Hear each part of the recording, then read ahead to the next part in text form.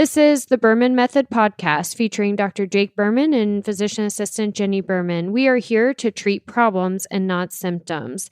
Disclaimer, this podcast is for entertainment purposes only and not to treat anyone or to give medical advice. If you are interested in any information that we are giving and would like to use this for yourself, we recommend that you contact your primary care physician or reach out to us and ask us questions about yourself specifically. Enjoy! And we're rolling. The Berman Method, where we are treating problems and not symptoms. David against Goliath. My name is Dr. Jake Berman. I am here solo today. Yeah, baby, solo. So when the cat's away, the mice will play. Let's see how much trouble I can get into today. Jenny had to step away this morning. Stella has a doctor's appointment, so I guess we'll give her a get-out-of-jail-free card for missing today. So today, we are going to be answering questions. I love it. Absolutely love it. We should do this more often because you guys are consistently submitting questions that we are not answering regularly enough. So I went through a ton of questions that you guys have submitted over the past couple of months, and I got a whole list here. So we are going to see how many of these questions we can get through today and how much trouble I cannot get into today without Jenny here. Ha ha! All right. Number one. So this is in regards to the health and wellness side of it. Will I be on a set diet? So a lot of people have apprehension starting to work with Jenny and her program because they don't want to be on a set diet where you have to eat this for breakfast, you have to eat this for lunch, you have to eat this for dinner. The answer is absolutely not. We will provide meals and ideas, but not strict eat this or eat that.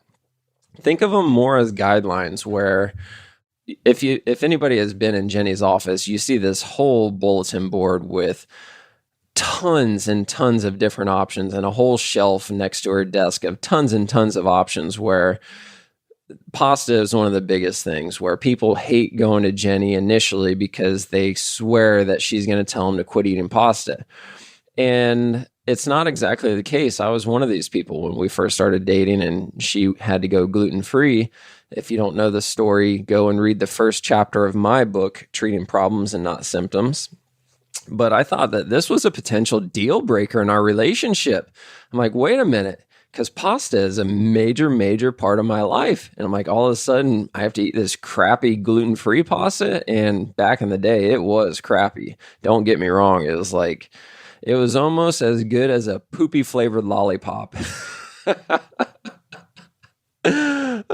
Think about that one. If you didn't hear me, go back and hit the rewind button and listen to that one again. So I was really concerned. And over the years, there has been a lot of really good alternatives that have come out as far as gluten-free pasta alternatives.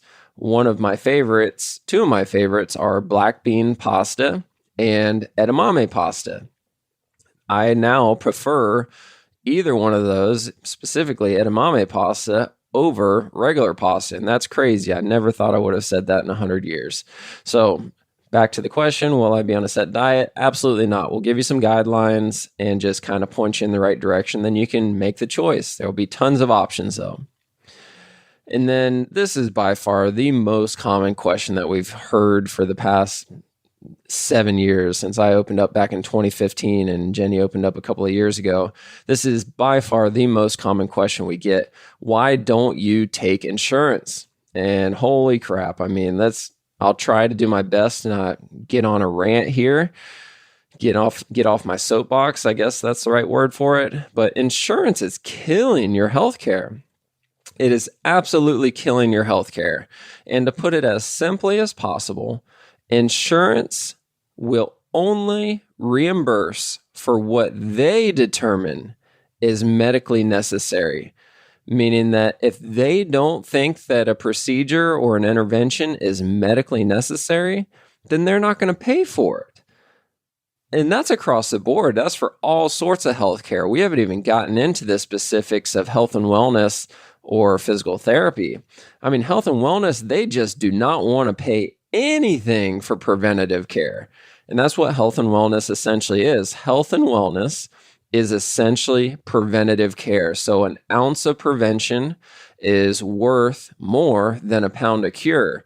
However, with insurance companies, and you should know this by now, after I think we're 30 episodes into this thing by now, but because of where the insurance companies, how do I say this without getting hammered or being politically incorrect?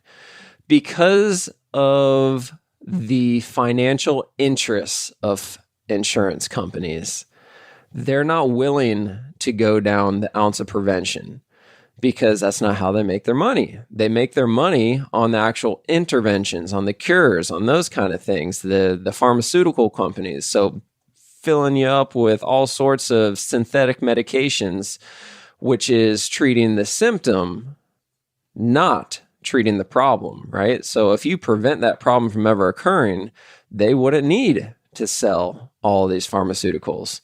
So neither here nor there, to come back full circle, we don't take insurance because we are able and want to be able to do exactly what you need us to do, no more and no less. It is that simple. Because we do not take insurance, we do not have our hands tied on what we can and cannot do. We can do exactly what you need, no more and no less. And what the heck do you think happens when you get that kind of care versus an insurance-based care where the only intervention you can have is something that you'll get reimbursed for? Come on. It's got to make sense by now. Insurance is killing your health care. The best things in life are not free. Best things in life, you have to pay for them in one way, shape, or form, time, effort, money, however you want to say it, but you're going to have to pay for the best things in life in general, right? Unfortunately, right, if you want to use that word, I hate that word, unfortunately. So let's say it this way. Fortunately, your health is one of them. So why don't you invest in your health? Think about it as an investment. Because I cannot tell you how many times where I've heard about super successful people dying on their deathbed, and the only thing that they wish that they could buy that they can't is better health. I mean, what the hell is the point of having millions and billions of dollars or all the success in the world if you don't have your health? Because you can't buy it. There's a certain point to where you cannot buy yourself out of a quadruple bypass, right? So you just had a massive heart attack or the widowmaker's heart attack. There's going to be a point to where if you're dead, you can't buy yourself out of that, right? So that's for the health and wellness side. Back pain. Back pain is one of the most immobilizing, independence stealing ailments that we have in first world countries. When you have back pain, it just takes your life away. You can have shoulder pain, neck pain, foot and ankle pain, knee pain. You can kind of get by when you've got all these other pains. But when you have back pain, it really takes your independence away from you because it's scary. It's painful. You can't physically do what you want to do. So I think I'm getting off on a tangent here, but that is why we don't take insurance, because we want to actually fix the problem and not treat the symptom. Okay, next question. Do I have to come in weekly? So I'm not sure if this was geared towards health and wellness or physical therapy, so I'll just answer it for both. And it's as simple as this. It depends on how quickly you want to achieve your goal. So for health and wellness, if you don't come in weekly, your chances for success diminish. The rate at which you become successful diminishes.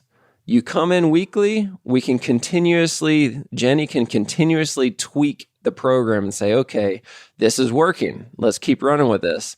Or this is not working. This is not what I expected to see at this stage. So let's tweak it. When you go to every other week or every third week, it's just so freaking hard to make positive improvements.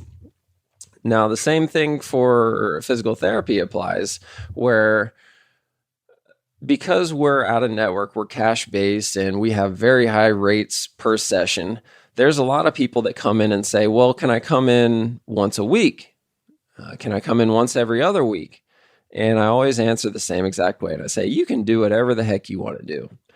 I'm just telling you from what I've found over doing this for the past almost 10 years now, that if you start off a plan of care, meaning we're just starting our relationship together, and you start off coming once a week or once every other week, your chances for success, slim to none. With that said, if you start coming in, if you start our relationship with us and you start by coming in twice a week or 3 times a week, and you get the momentum going in the right direction, then a few weeks down the road, we can say, okay, we're doing pretty good. We've got momentum going in the right direction. Now we can back off the throttle a little bit and go down to once a week or once every other week. But you can't do that right out of the gate. It's too big of a learning curve. You've got to have more touch points initially to help with the learning process, or you will literally be wasting your money. I tell people all the time, you can do whatever you want. You might have more fun if instead of coming here, for starters, once every other week, you might have more fun if you just drive down the road, roll down your window, and throw your money out the window. That might be a little more rewarding for you. And usually when I say that, I get some type of caustic look or something like that. But it's true. Spend the freaking money, get the ball rolling in the right direction, then back off the throttle down the road if finances are a concern. Okay, moving on. How long will it take for my pain to go away? This is another question that we get a lot of when in the physical therapy side of it, when they see what our rates are and they're doing the math and they're crunching numbers and like, oh man, this could be a very expensive endeavor here. And my answer is this every single time, where how long did it take for the pain to get there in the first place? The vast majority of the people that we work with have had pain for at least 3 months. Usually it's around 6 to 12 months. Many times we're working with people that have had pain for 10, 20, 30, even 40 years. I got a golfer right now who's almost 70, who's had pain since he was discharged from the military in his early 20s. So that's the vast majority of his life, 50 years probably. So coming in and expecting a magic pill or an easy button and for us to just flip a switch and say, okay, abracadabra, your pain is gone. It's just not realistic. It takes time. It really takes time. And if you want to put the time in, you want to put the work in, you will get better.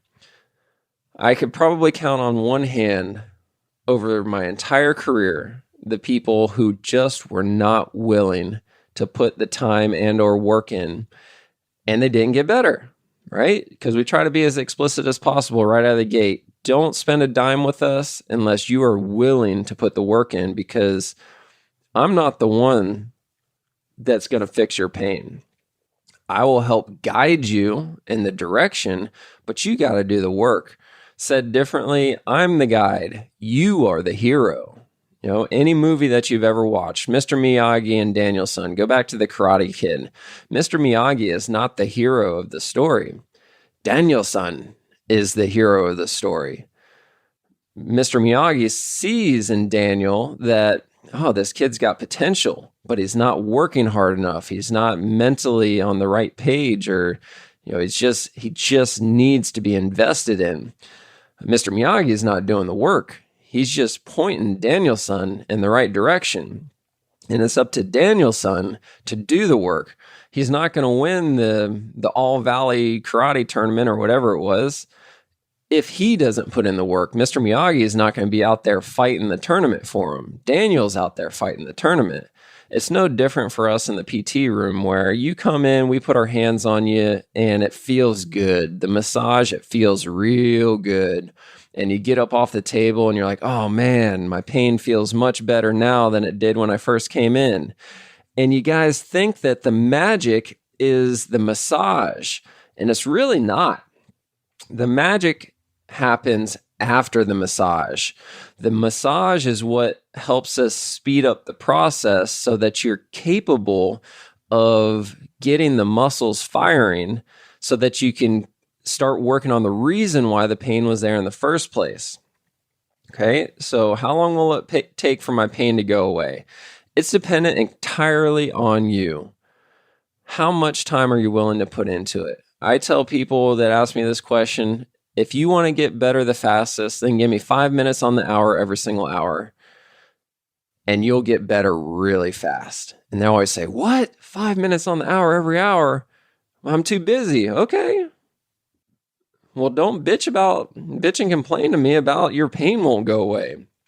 When you did your homework once or even twice a day, I mean, that's nothing in the grand scheme of the rest of the day.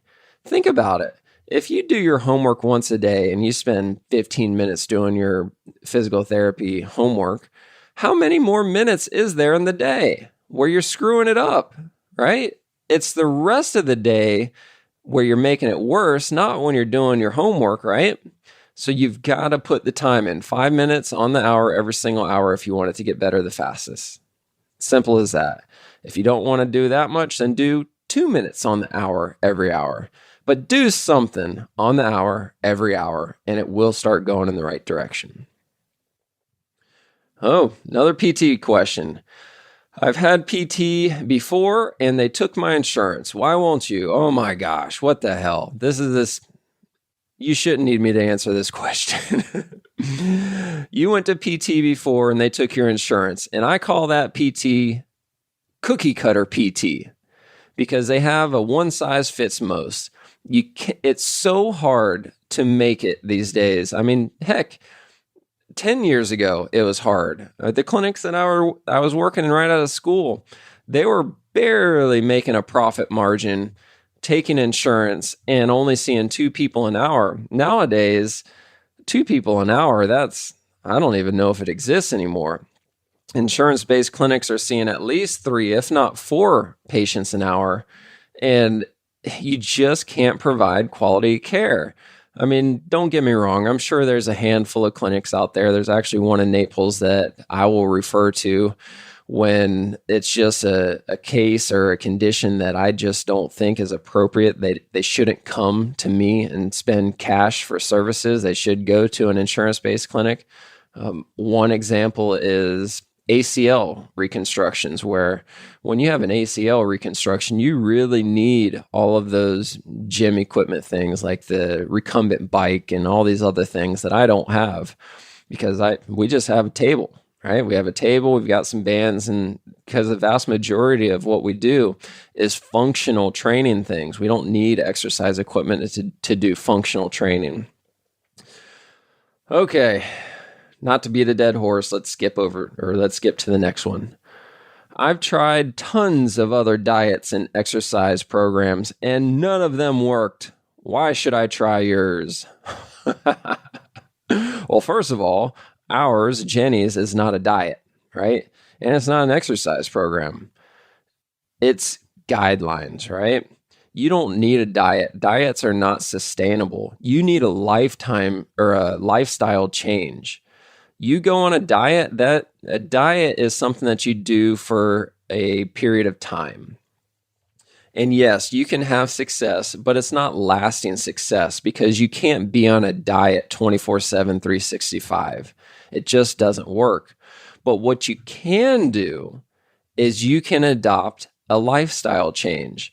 And I got to be very careful with the way I say this because I know there's a lot of women out there listening to this right now saying, oh, you're going to tell me that I can't have my wine every night or whatever you guys are drinking every night. Not true, right? Not true at all. It's give and take. It's a lifestyle change. So you can have your wine, but we're going to have to take away from somewhere else at some other point of the day, whether it's lunch or dinner, most likely dinner.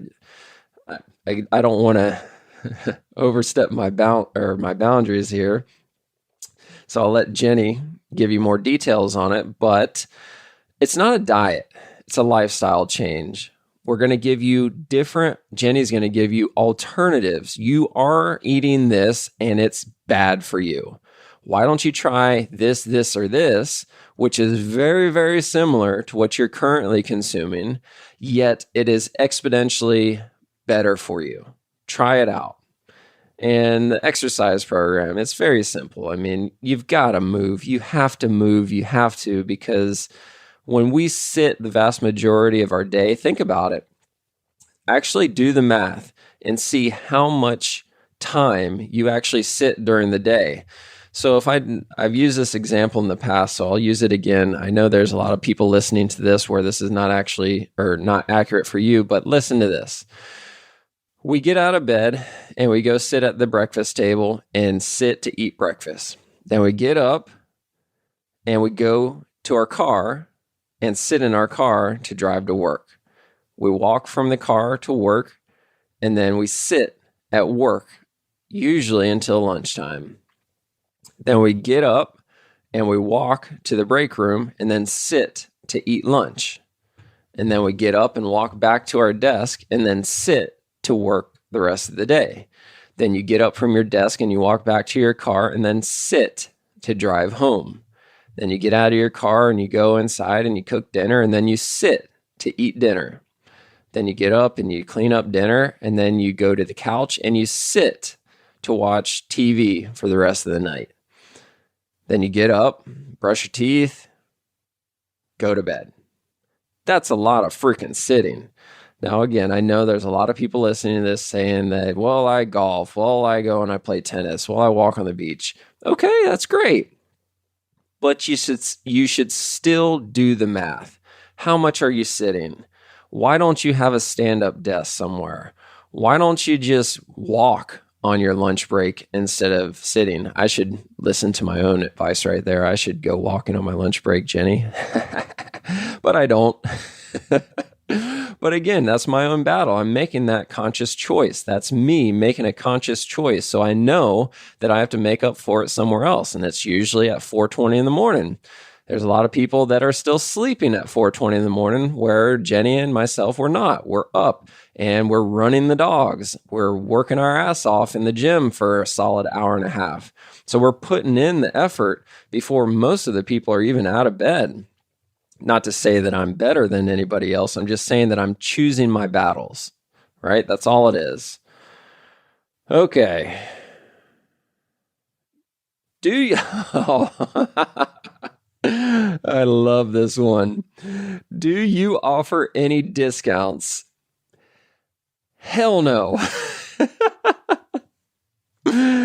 Discounts are so horrible. They are so bad. If you want a discount, then you want a discounted service, right? It's as simple as that. You have to charge a certain rate to be able to provide a service that people are willing to pay for. So let me say this differently.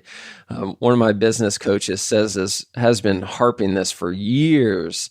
And he says, the vast majority of you are not able to provide a service that people are willing to pay for because you're not charging enough money.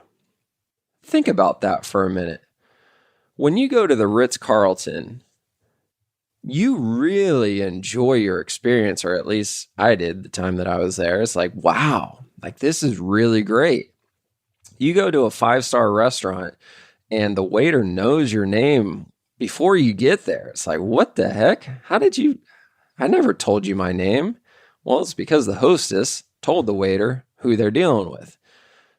But that's one of those things where they're providing a service that we are willing to pay for. I mean, you go to a 5-star restaurant, you're not going to get out of there for less than $100 a person.